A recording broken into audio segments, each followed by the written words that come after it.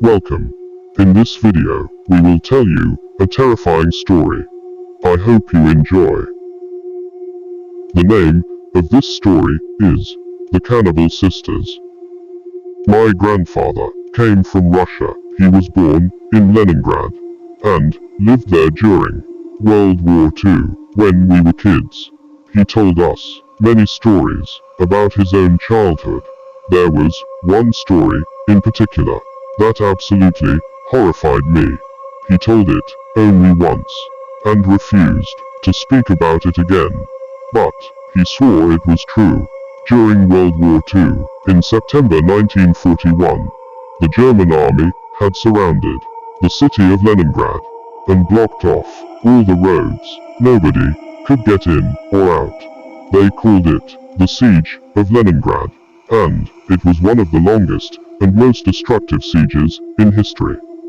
Hitler was determined to seize the city, and he didn't care how many buildings he had to destroy, or how many innocent people he had to kill. In fact, his plan was to cut off all supplies and starve the entire population to death. After a year of this, over 100,000 people were dead, and the streets were littered with rotting corpses. At the time of the siege of Leningrad, my grandfather was only 6 years old. He lived in an apartment building near the center of the city with his mother and his two older sisters. At first, he said it was not so difficult, but then the food began to run out. With each passing day, it became harder and harder to survive. There was barely anything to eat. Some days, he managed to get a crust of bread, but other days, he had to go hungry. The city was in chaos. People began eating animals and pets. They caught stray cats, stray dogs, rats, and so on, and ate them all. When there were no animals left, the cannibalism began. On the first floor of the building, where my grandfather was living, there were 4 apartments. All of them were inhabited. My grandfather and his family lived in the first apartment. The second was occupied by a woman and her 2 sons. The third was occupied by a man and his wife. 2 middle-aged sisters, who had never married, were living together in the fourth.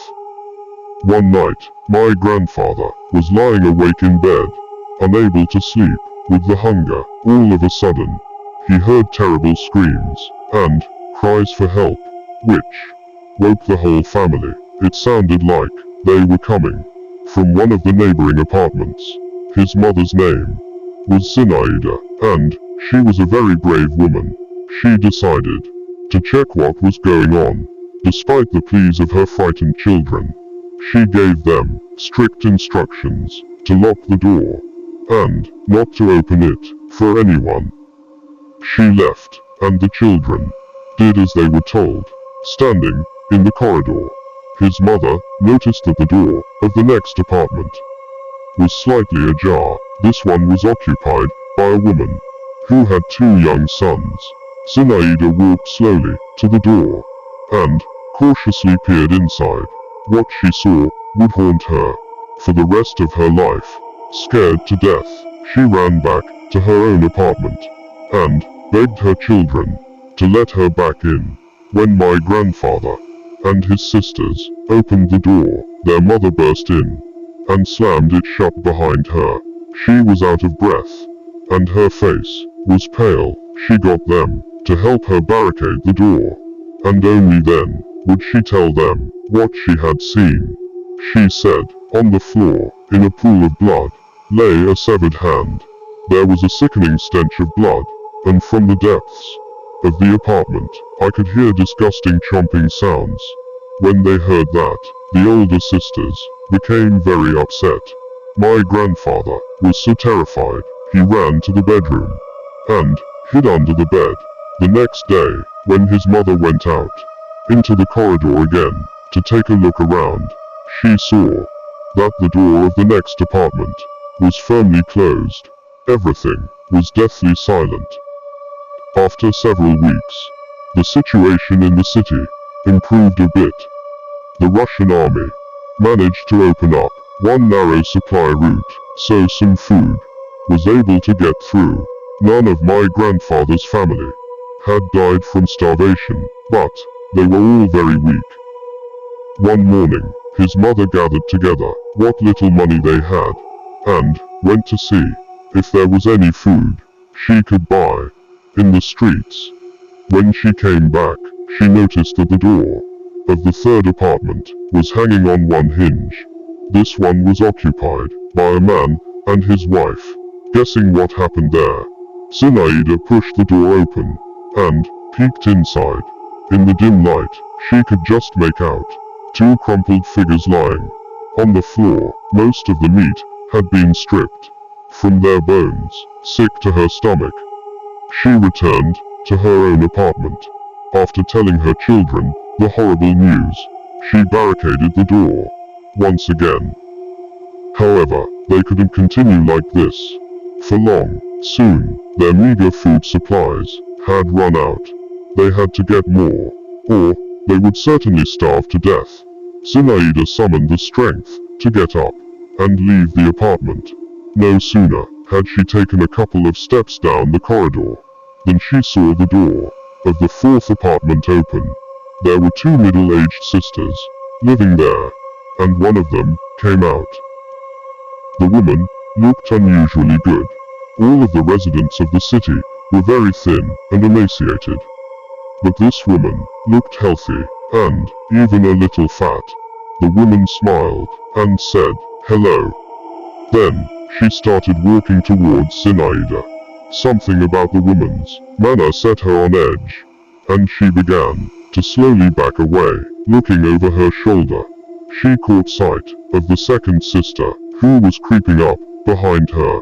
The woman was clutching a huge axe in her hands. Zinaida let out a strangled scream. She was trapped in the corridor, and there was nowhere she could run. The two sisters closed in, licking their lips in anticipation of the next meal. Salvation came unexpectedly, as it turned out. My grandfather's older sisters saw what was happening.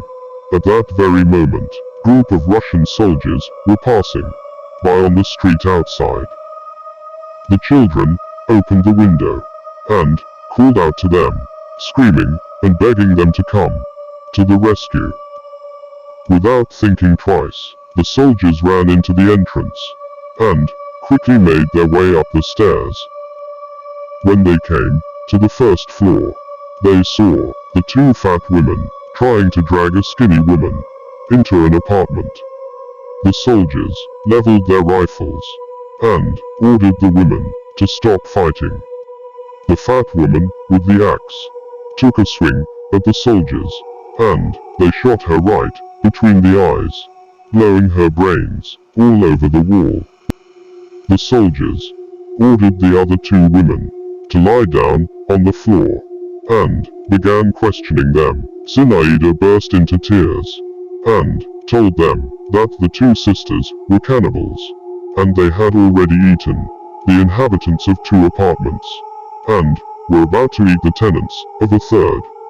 When the soldiers searched the other apartments and came across the half-eaten remains, they realized she was telling the truth.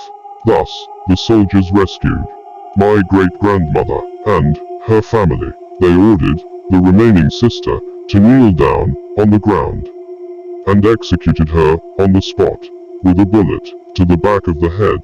That was the punishment for cannibalism at the time.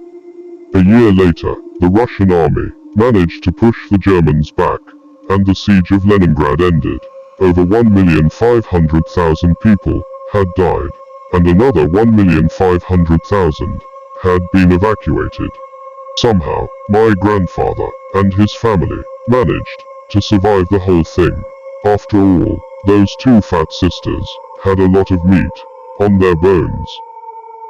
Thank you. I hope you enjoyed. See you tomorrow for a new story.